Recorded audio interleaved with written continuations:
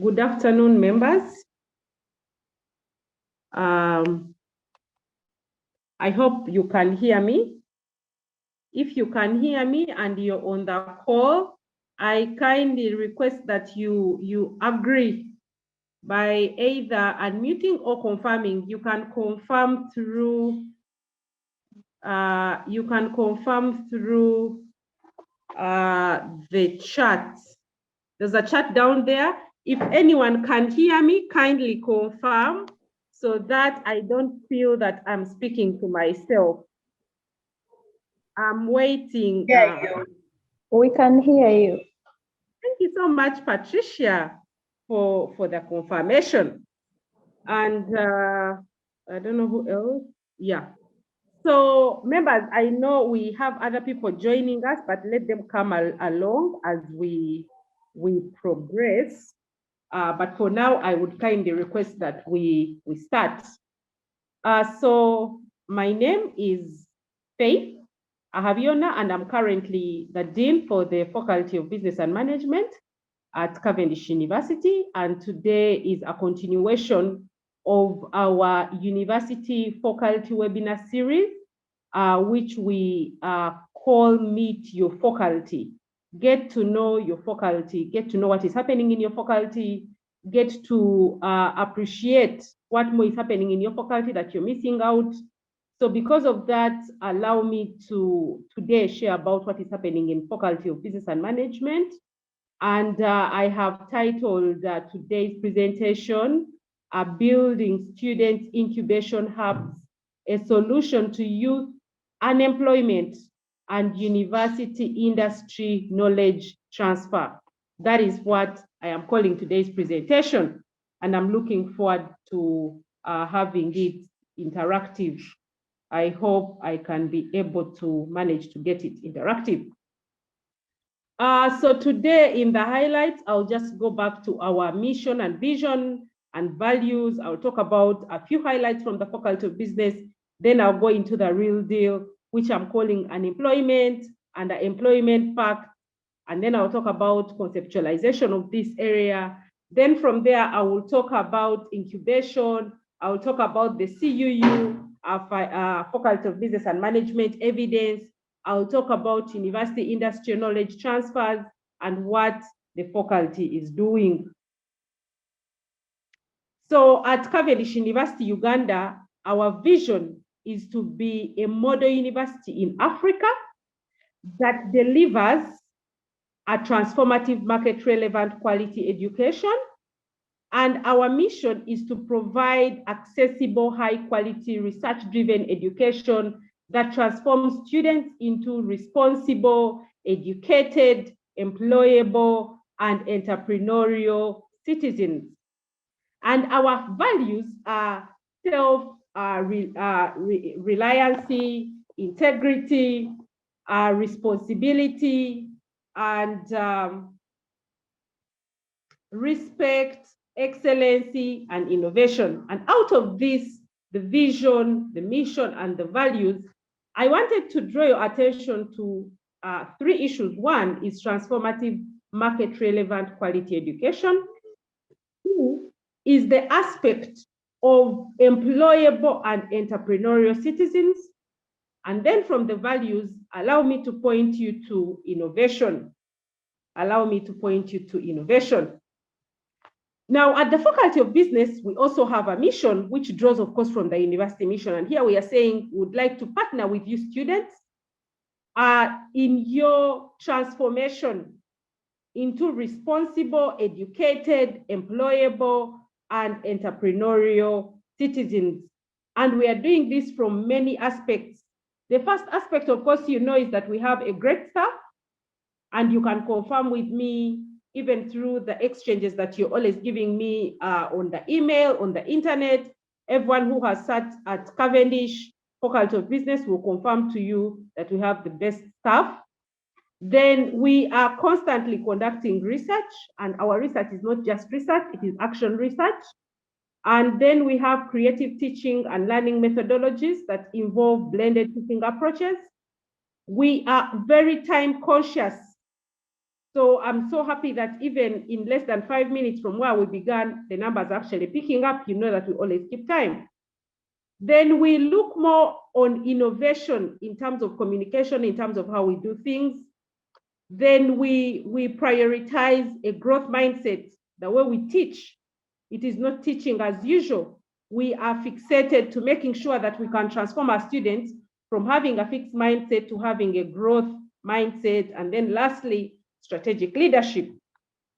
Now, with that kind of mindset, as a faculty of business or as a business school, we know we have a role to play in striving to eradicate unemployment. And for this kind of presentation, I even called it underemployment. I have not looked on the surface of unemployment. Currently, when they talk about unemployment statistics, generically and holistically, they say Uganda stands at 3%, but is that actually the truth? So a deep look onto the literature revealed that actually the national unemployment rate stands at 9.2%. And specifically, the youth are the most affected. And of course, the youth are our biggest clientele at Cavendish, and we don't want to leave them the same. And that is between the ages of 18 to 30. And theirs goes even higher to 13.3%. Now, in these youth who are unemployed, Ugandans especially, even if they are employed, some of them, actually the majority of them, are likely to be underemployed. And this is why I want to put some emphasis this afternoon. When we talk about underemployment, we are looking at employment that is non-rewarding, where you do a job, but even the job cannot even afford you a decent life. You're earning less, so you can't afford a decent lifestyle. And then you are also walking on the street saying, I am employed. I studied, I graduated, I am employed, but you can't even afford a decent life. Now, 83.5% of the Ugandan population is aged between 15 years to 29 years. And these people in this category, in this age bracket, are employed in informal jobs. They are employed in informal jobs. Although they are in informal jobs, I'm not saying that informality means poor quality jobs or indecent jobs, but there is a strong correlation between informal jobs and the quality of the job, meaning that the two actually relate together to some extent. And so as a result of that, it is a point of contention that we need to understand. 41% of the population is engaged in subsistence farming, implying that limited income and engagement with markets. These people who are in subsistence farming, subsistence small and medium enterprises, are actually limited, one, in terms of income, but also their ability to engage with proper markets, the ones we call the fair markets. So do we see a crisis there? Yes, there is a crisis, because we believe that also our students from Cavendish. Yes, so I was trying to say that, I was trying to elaborate on that last point where I was saying that 41% of the population is engaged in subsistence farming, implying limited income and inability to engage. And this engagement, I called it fair trade. So, and I was bringing up it to your notice that, is this something that we should be concerned about? Yes, we need to really be concerned about this issue. And as a result of that, this is where we are deriving into what is the role of what business schools, call it faculties of business, call it universities, research institutions, can play in order to eradicate this problem. Allow me to take you to the continental discussions that started almost 30 years ago. And this is by UNESCO, one of the regulators, the UN Arm for Education. In 1998, they met in Paris for a high-tech meeting. And at that meeting, they made some resolutions. And one of the resolutions that I wanted to bring to you was that developing entrepreneurial skills and initiatives should become a major concern for higher education in order to facilitate employment, or employability of graduates who will increasingly be called upon to be not only job seekers, but also, above all, become job creators. The same entity in 2009, that was again 10 years later, met again, building on to where they had come from. And they emphasized that the training offered by these higher education institutions should both respond to and anticipate societal needs. This includes promoting research for the development and use of new technologies and ensuring the provision of technical and vocational training, entrepreneurship education, and programs for lifelong learning. So what does that communicate? They are introducing the aspect of entrepreneurship. That means on the continent, actually at the global level, for over 30 years, the call has been on entrepreneurship. But now it's not just about entrepreneurship, but let us make sure that the entrepreneurship that we are developing in higher education institutions is responding to and in anticipation to society needs. So we are not just responding to the actual issues, but we are saying what is going to come.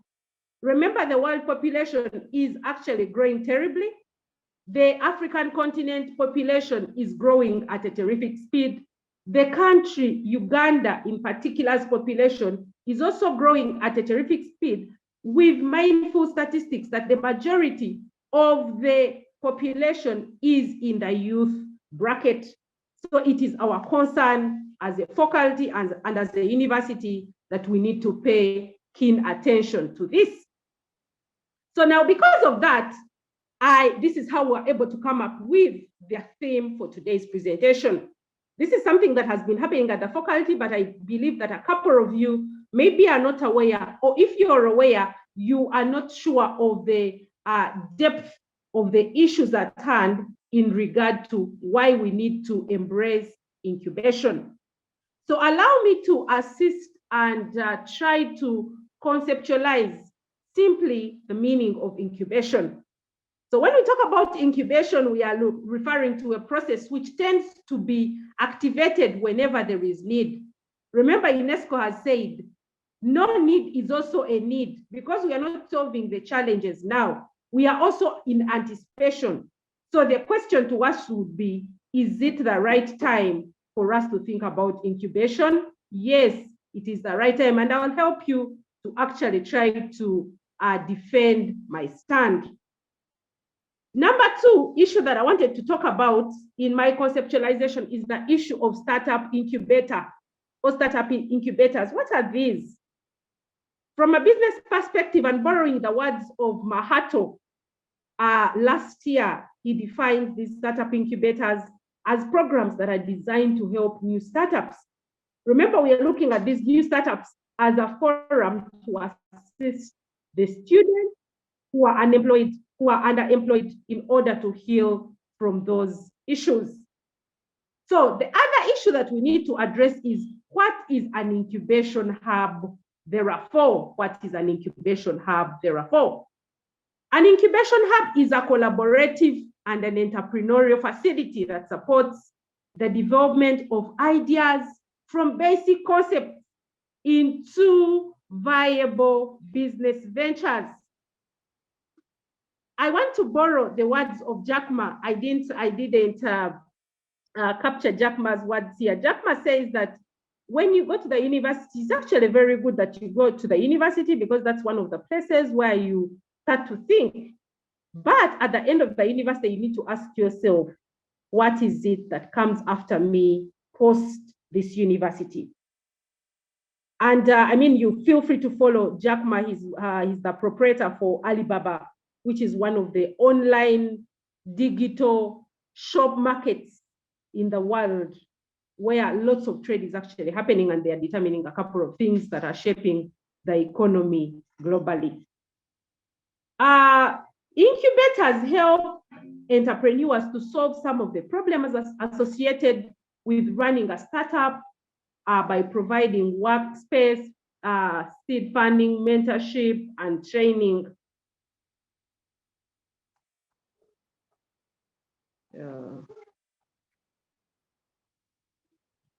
Just a second. I don't know why it won't move, but I'll make sure it moves. Okay. Now, in trying to understand incubation, the question would be, do universities have a role?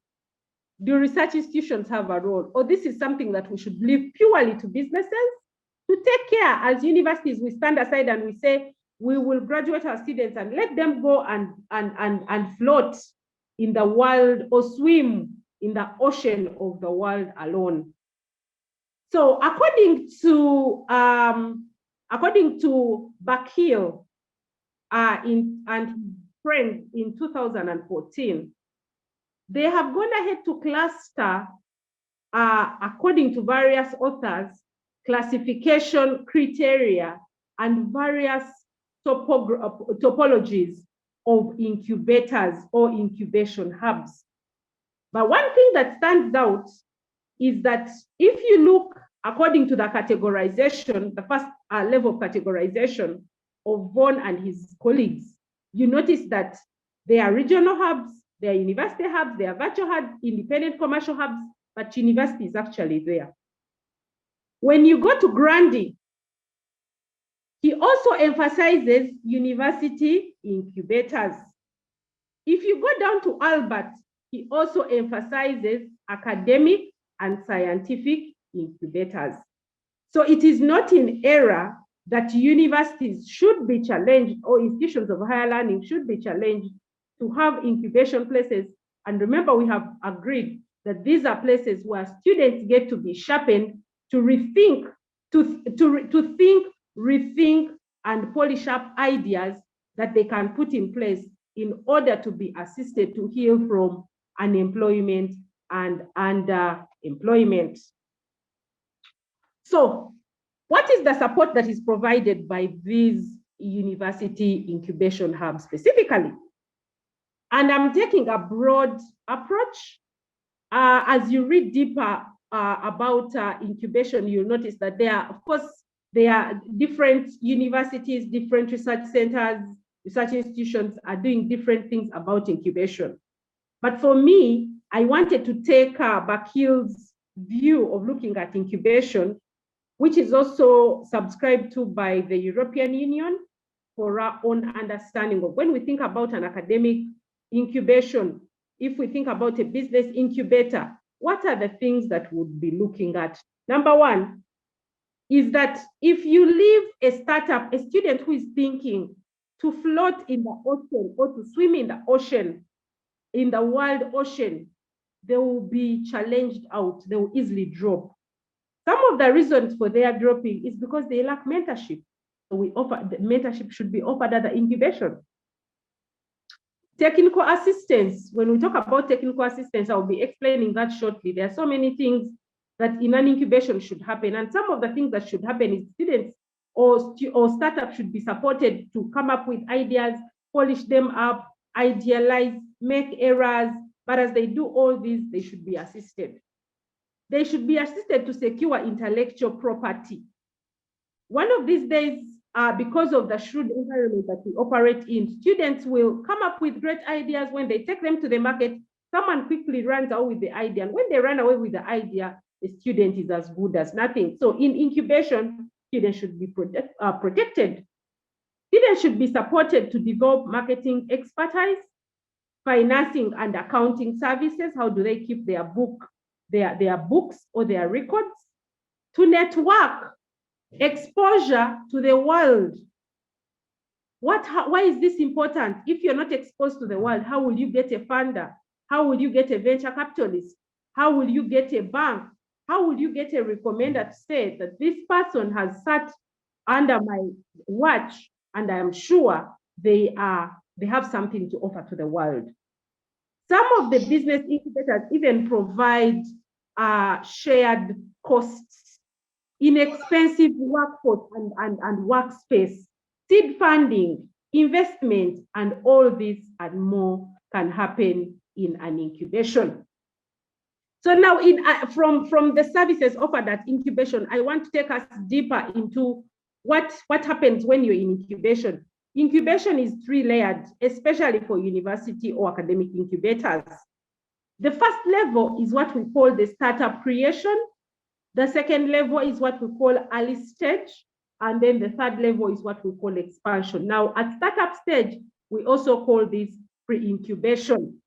In pre-incubation, we are looking at innovation assessment. What is the chance that this product is new, this service is new, and it will provide new knowledge, new value for money, new investment opportunity. And of course, as we are looking at this, we are looking at business planning, elaboration, business modeling, and training. I'm going to talk about those shortly. Then we go to incubation. In incubation, once you have a product, it needs to be caught so that you can develop it up appropriately. It needs to be hosted. You need further training, as Alvin Toffler always says, long life learning, which we've also seen in UNESCO. Then there's also commercialization, advanced business planning, if you need to make some changes. And then lastly, we have the part of post-incubation, where you go commercial, advance in technology, declutter, go continental, do business development, and everything else. So in pre-incubation, this is where we are taking an innovative idea and we are taking it into a business plan. So here you secure your first appointment with your coach. You get trained, you get oriented. And as you get oriented, key things happen in orientation. You are able to define your business idea. You're able to make a business case. You're able to make a business model, justify why this idea should be popularized or grown.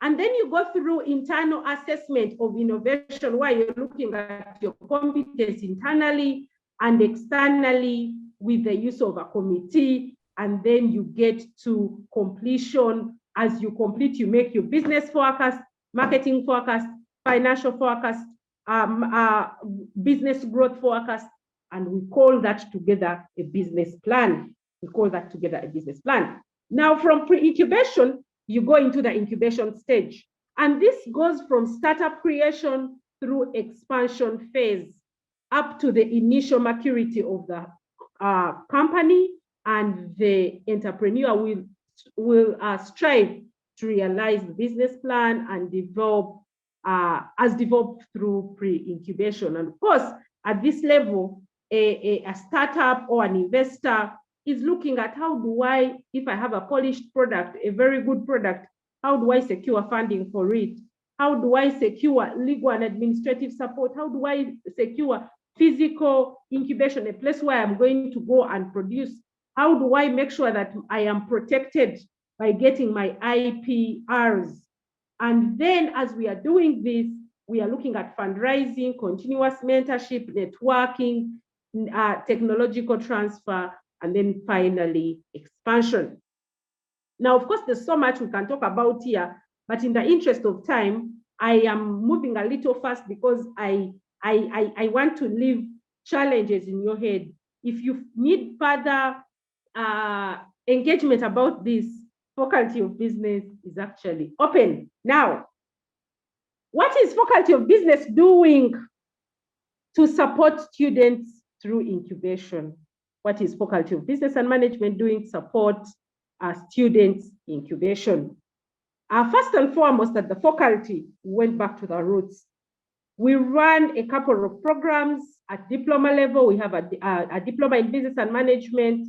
At bachelor's level, we have a Bachelor of Business Administration with 7 licensed specializations. But across board, we run a course unit called Entrepreneurship and Small Business Management. And in this Entrepreneurship and Small Business Management course unit, students are introduced to business idealization, where ideas are generated. They are supported with assessment of their ideas for viability. They are supported to develop business models and make a business case through internal reviews. They are supported to develop competent business plans. They are supported to ensure that they are given physical space for incubation. There is mentorship.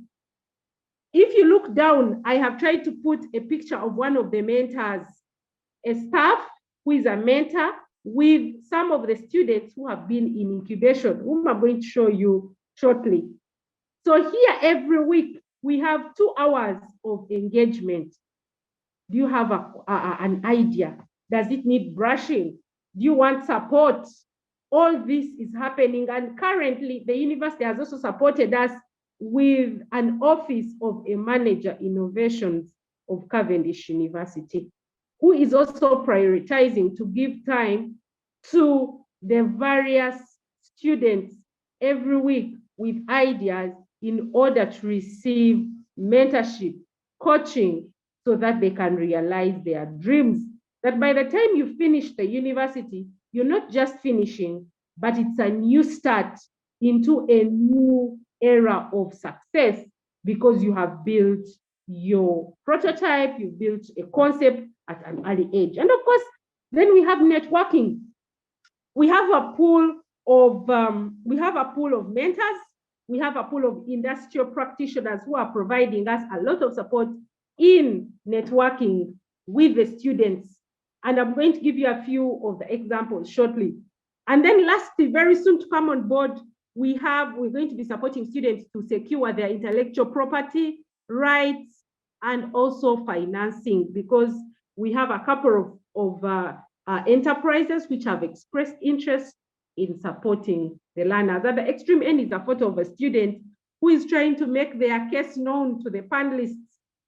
He's being challenged at the hotspot to see, can they have their idea sharpened? So I went ahead to show, it's coming a little bit slow.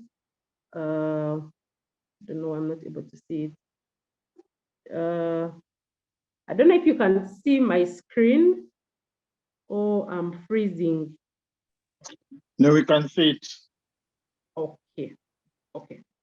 So here is a few of success stories of our students who are actually in incubation. These are students' projects. Now you can ask, are these individual students? Are these group students? They are groups.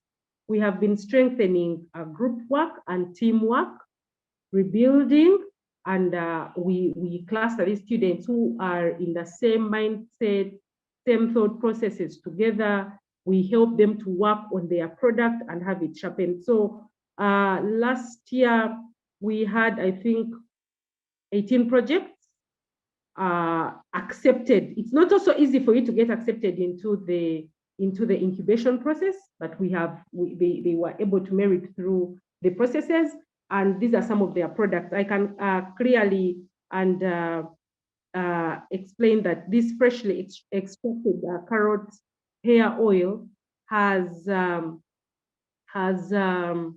already received recognition from industry.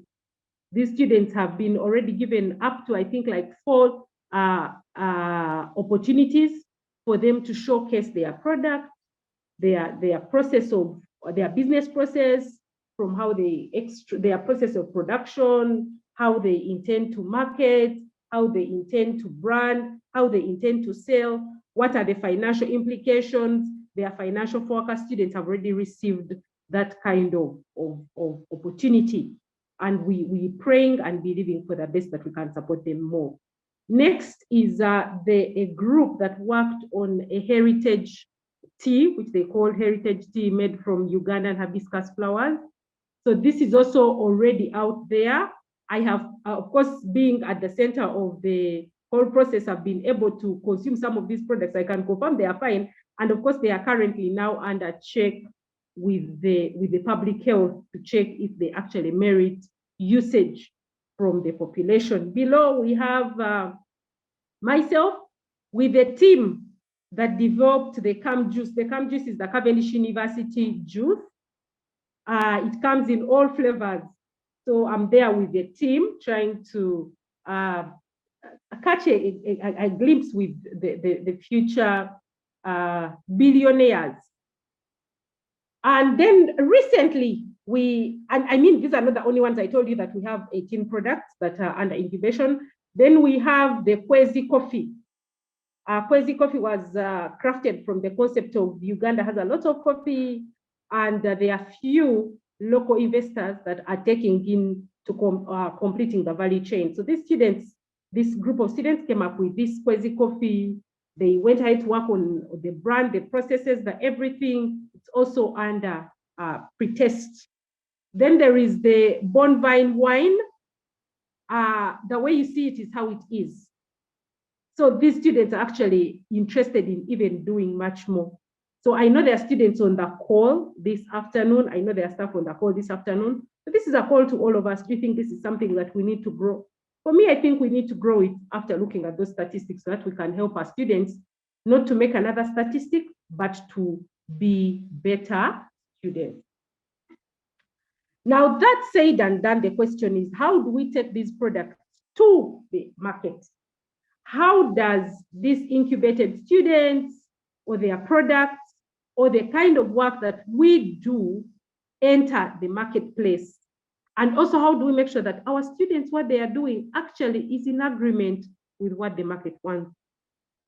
Allow me to use a very recent study that was conducted by a group of university students, university lecturers in Uganda. That is Bagoza, Kahwa, and Babazi in 2021. They say that in order for employers to benefit from the expansion of the university sector, which we'll all agree that is growing and expanding at a terrific speed, universities need to continuously interact with employers in order to know what kind of skills are needed in the world of work. But also, universities will then emphasize those skills in order to enable graduates to be competitive in the world of work. You can also copy this and paste in the world of entrepreneurship. What are the gaps that are there in industry that need to be fitted so that when we are training our students, we actually make sure that we do that? Now, the question is, if we want to conceptualize this, I wanted to use the words of the Fort Hill company, why they came up with this kind of illustration. And they are saying that every time you send your child to school or you're in school, there's a bridge, there's a separation between the learning here. I hope you can still see me. That's my hope, Fred. Yes, we do. You can see the PowerPoint, what I'm sharing.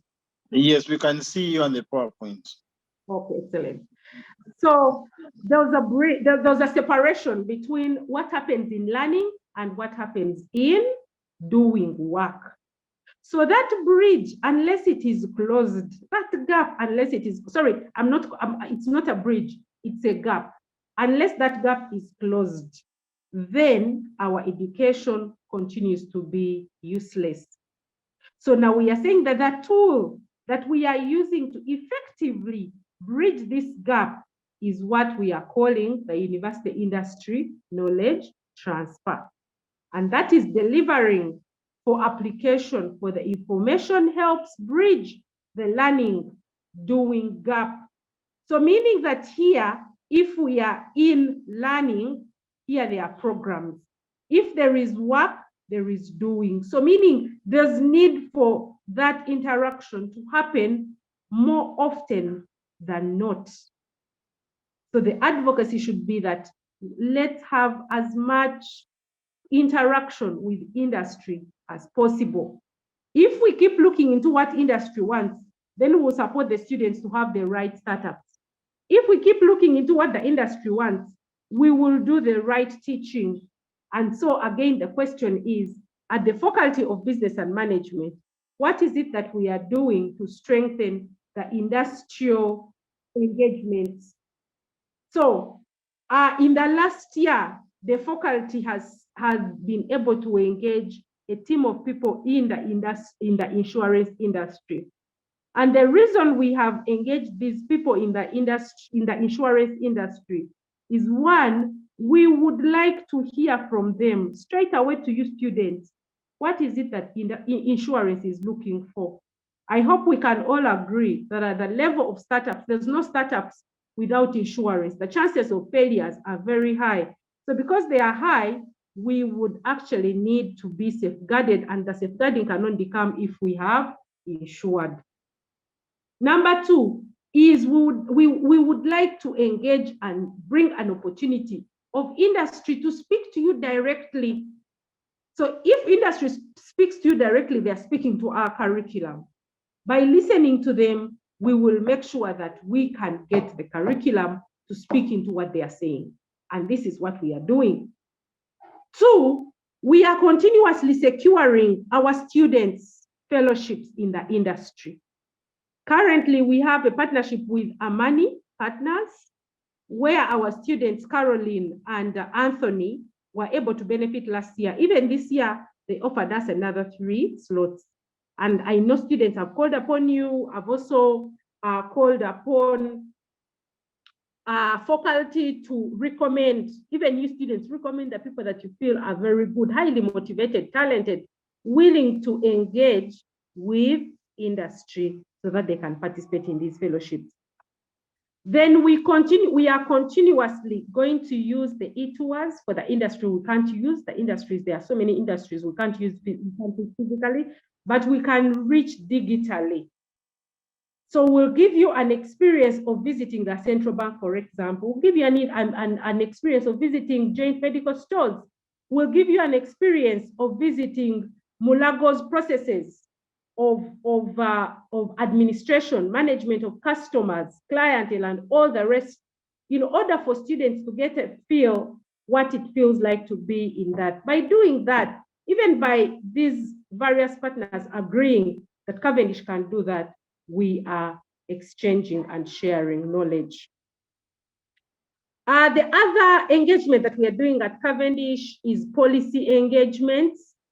And these policy engagements are sharpened towards making universities once again repositories for knowledge and ideas for society. So we are saying that if C&A needs to develop a storage or a procurement system, they shouldn't look elsewhere, because Faculty of Business at Cavendish is just their neighbor. They should reach out to us to have us develop that process. And who's going to do that? It's going to be the students.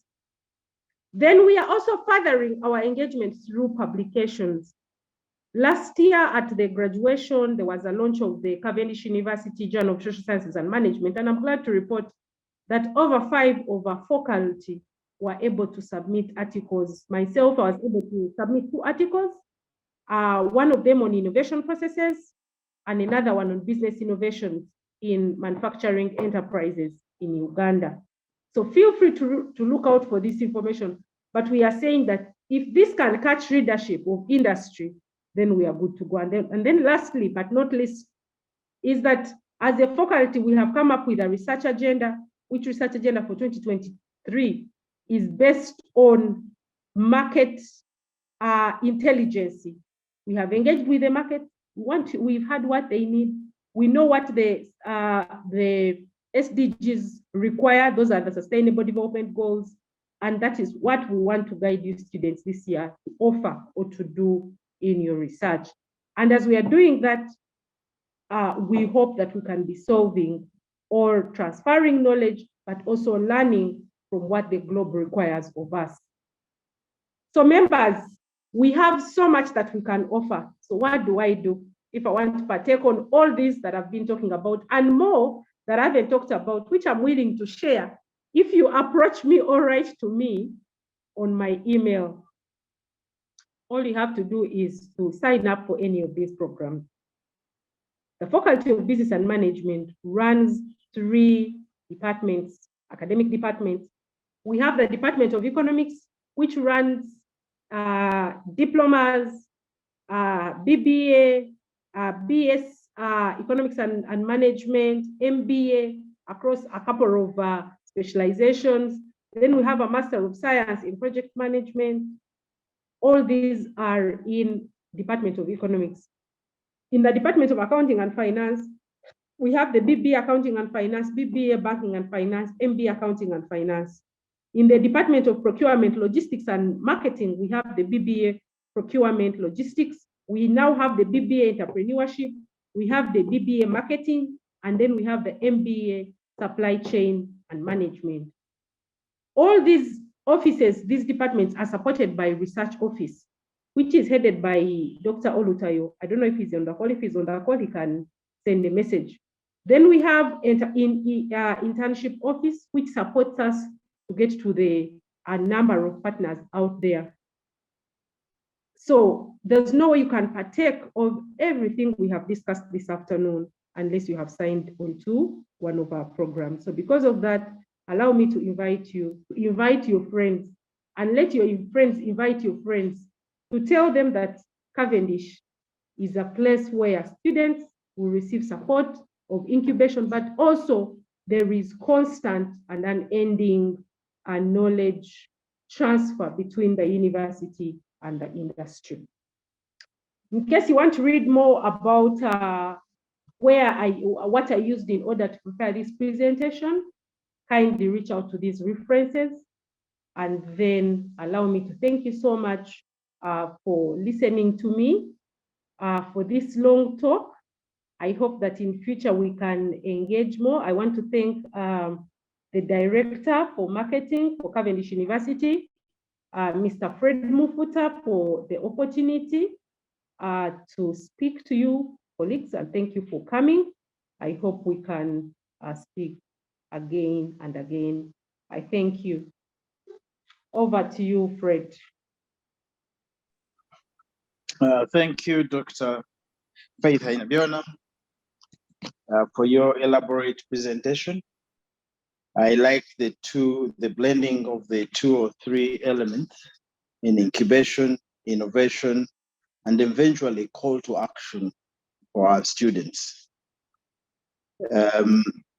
It's now, if the participants have questions, they could send through their messages if they can type through, and then we shall be able to read them and send them to you, and also be able to revert to them at a later stage. Thank you once again, and I hope we shall all have a great day. Okay, I am seeing a question. There's a student here called Rose who is asking, what does it take for me to develop an article? Rose, if I could share with you, Rose, my email address, you could write to me, and then I can guide. Is that okay, Fred? Yes, please. Okay. So in that chat, I am typing my email address. Kindly reach out to me, and I will be able to support and how you can publish. It is very simple. Publish, and I'm glad actually in the call is Professor Ijo, Dr. Olutayo, and all of them will actually also support in how we can publish. On the call, I'm also seeing Madame Maria Nakazi, who is faculty for us. Then I'm also seeing Dr. Rajab. I didn't talk about Dr. Rajab. He's one of the visiting faculty under the Inter-University Council of Eastern Africa. He's also supporting us on the research team. So members, we are fully supported. Then there's another question of in the final year of study, would it be possible to obtain a testimony or something? Yes. If you send me an email, I would still guide on how you can be able to reach out that. I have provided my email address. So in case you have a question, feel free to contact me. We can be able to support you. So Fred, you'll be able to guide on the way forward, how we can bring this to a closure. Thank you, Dr. Faith. The intention was to have the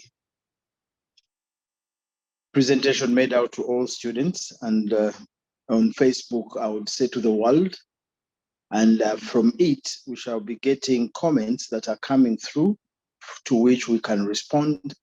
Those who would like to join us as Cavendish University students, we are open for recruitment and enrollment. Our enrollment ends on the 27th of February.